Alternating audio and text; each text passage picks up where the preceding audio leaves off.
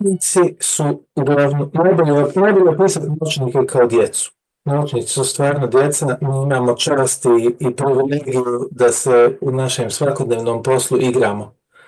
Znači, ono što radimo je u stvari rješavamo zagonetke i otkrivamo nove stvari i ono što otkrijemo vodi nas ka sljedećem istraživanju i ka sljedećem eksperimentu i to je stvarno privilegija. Da bi se postalo naučnikom, naravno, treba jako puno raditi, učiti i uložiti truda, ali je nagrada stvarno velika za ljude koji se vole time baviti, koji vole istraživanje, koji vole rješavanje zagonetki i misterija i tako.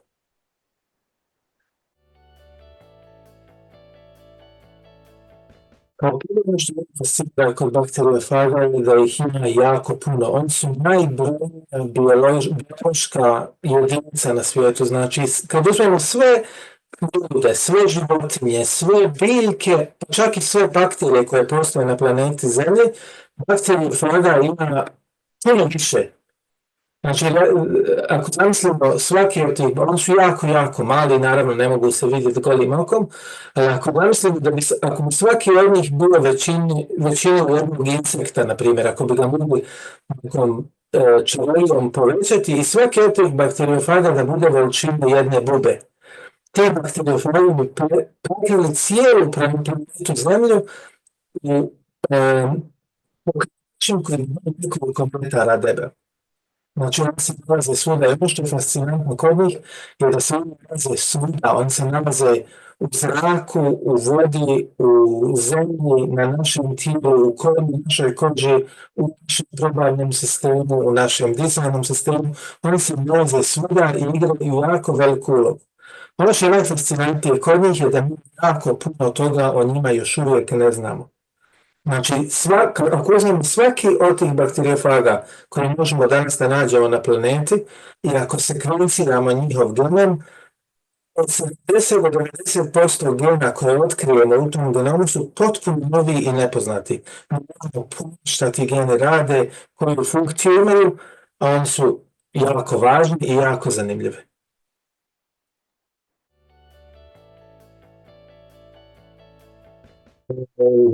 Skoro svaki virus koji otkrivamo u kojoj sredini, ali specifično ja sam fokusiran na viruse iz morskih sredina, pogledi neko iznenađenje. Recimo, ovi virus koje sam otkrio prije 2-3 godine, otkrio sam ih iz primjerka. Jedan od primjeraka je došao iz Venicije, znači iz kanala Rialto, ispod mosta Rialto u Veniciji, a drugi primjerak je došao sa jedne plaže u Meksiku. Ja inače, moje kolege, kad god odu negdje na odmor, uvijek donesu bocu vode, bocu mora iz mjesta koje posjećuju, da mogu da pokušam da izolujem nove viruse. I viruse koje smo otkrili sa ta dva tako daleka, tako udaljene i tako različita mjesta su bili skoro identične. Znači, apsolutno identični virusi koje nismo očekivali da nađemo na tako različitim mjestima. Ali inače, svaki od tih virusa koje otkrijemo sadrži u sebi neku tajnu ili neku zagonetku, gene koji recimo utiču na fotosintezu, gene koji utiču na različite procese koji se dešavaju u bakterijama, tako da je jedna zagonetka koja nam nešto otkrije.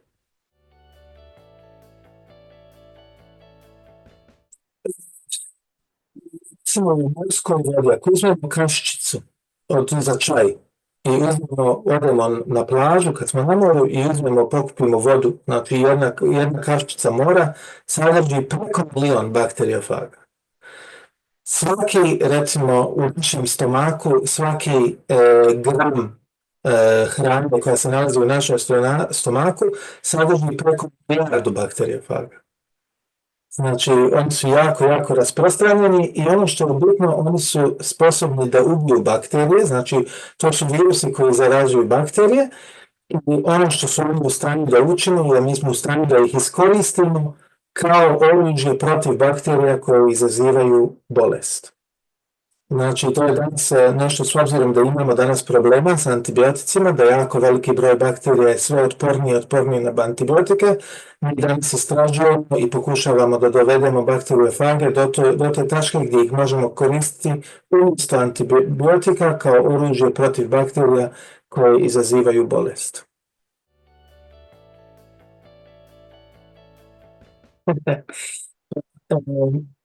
Činjenica da morski mikrobi rade fotosintezu, to je nešto što nije široko poznato. Znači, fotosinteza, proces u kojem se sunčeva energija pretvara u energiju, odnosno pretvara u šećer, pretvara u organsku materiju i proizvodi kisik koji mi dišemo. 50% sve fotosinteze na planeti se odvija u moru, u okeanu. A 25%, znači od tih 50% rade bakterije, odnosno cijanobakterije. Tako da svaki četvrti udah koji mi uzimamo dolazi iz mora. Stvari jako je važno razumjeti kako te bakterije žive, šta utječe na njih, koji virusi, odnosno koji bakteriofagi su odgovorni za njihovu kontrolu i u suštini istražujući te bakterije u moru mi danas također pokušavamo da nađemo načine da što veću količinu karbon dioksida iz atmosfere dovedemo u more i tako pomognemo planeti i smanjimo utjecaj na klimatskih promjena.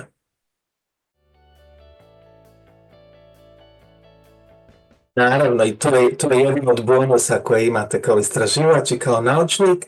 Ja sam otkrio, znači, novu porodicu virusa i novi rod virusa i imao sam čast da im dam ime i nazvao sam po svojoj djeci.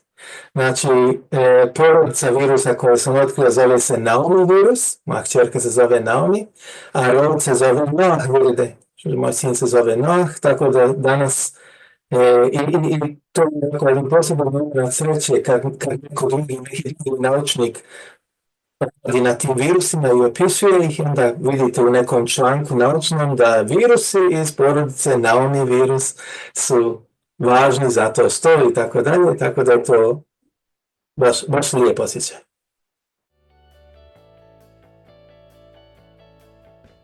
Koliko vremena imate da vam ja to sada... Ako imamo ograničeno novce, imamo ograničeno vremena. I to je nešto na čemu ja trenutno radim i pokušavam da pokrenem projekat, da otkrijem što veći broj virusa, znači uz pomoć modernih tehnologija genetskog sekvenciranja, da odem recimo bilo koji okean, izvodimo 100 litara vode iz tog okeana ili 1000 litara vode iz tog okeana i sekvenciramo sve viruse koje se nalaze u tih 1000 litara i da isto učinim 1000 tona zemlje i 1000 tona biljnog materijala, recimo drveća ili lišća i sporedimo stvari kakvi virusi sve žive na tako velikim prostorima i na tako velikim količinama materijala. Siguran sam da bi otkrili jako puno zanimljivih i jako puno korisnih novih stvari i novih proteina i novih gena koji ti virusi sakrivaju.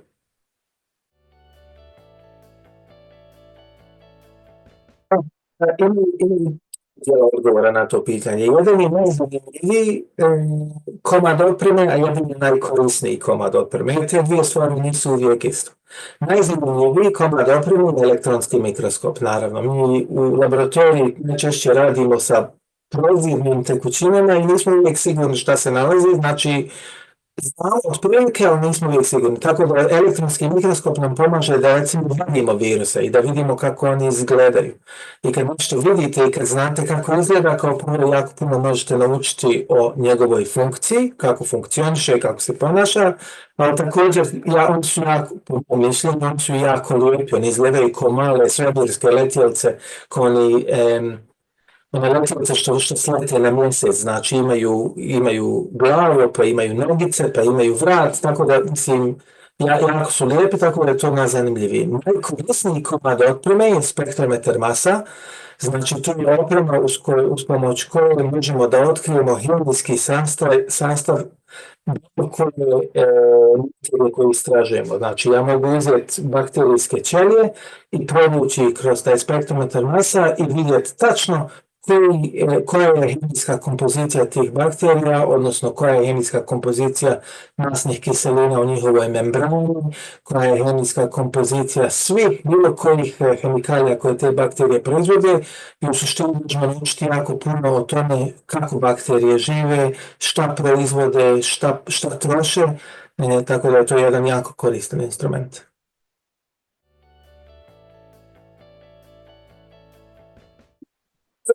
Školci i čak i djeca iz osnovnih škola najčešće pitaju jako inteligentna i jako teška pitanja.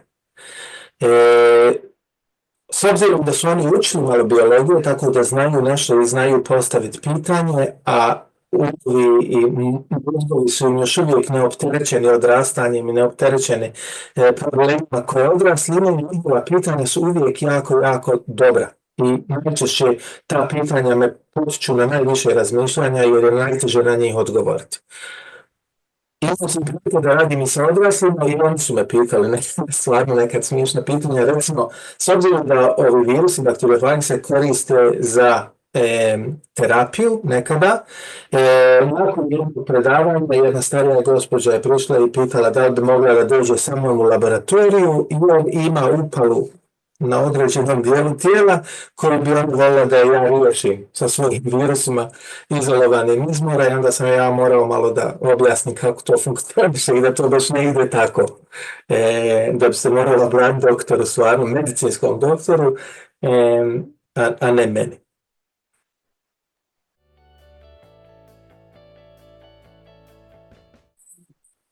Izbježne, nažalost.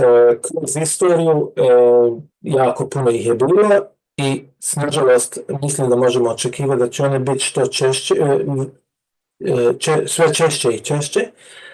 Glavni razlog toga je činjenica da se širimo kao vrsta i da dolazimo u dodir sa sve većim brojem životinja, ugrožavamo njihova prirodna prebivališta i dolazimo u sve veći dodir sa divljim životinjama koje nose viruse koji su sposobni da zaraze i nas. Kao što imamo primjer sa Covidom, sa koronavirusima koji najčešće dolaze iz čučnjića, tako i druge bolesti. Recimo, trenutno se u subsaharskoj Africi događa širenje malinskih bogina, koji, kao što im ime kaže, dolaze od maline. Imamo također sada primjer ptičje gripe koja se počela širiti u ljudima. Priprema, kao prvo moramo odlučiti kao vrsta ili kao društvo moramo odlučiti da su pandemije problem. Nažalost, danas zbog dezinformacija koje postoje na internetu i zbog dezinformacije koje postoje na društvenim medijima, jako puno ljudi misli da su pandemije uopšte problem. To smo vidjeli sa koronavirusom, ja sam bio vrlo aktivan u medijima oko koronavirusa i u društvenim medijima i u ovim tradicionalnim medijima. Jako puno ljudi htjelo da prihvati činjenicu da je pandemija problem, s obzirom da je koronavirus bio relativno blag, iako je naravno uzrokovao smrt jako puno ljudi širom planete. Ono što moramo da uradimo je da poboljšamo naše načine komuniciranja, znači da poboljšamo istinitost naših medija i fact-checking, znači provjeravanje istinitosti tvrdnji koje nalazimo u medijima. Ono što moramo također da radimo je da slušamo struku, slušamo doktore, slušamo nauku koja se time bavi i da pokušamo da se pripremimo što je moguće više za sljedeću pandemiju koja je neizbježna, to je jednostavno tako.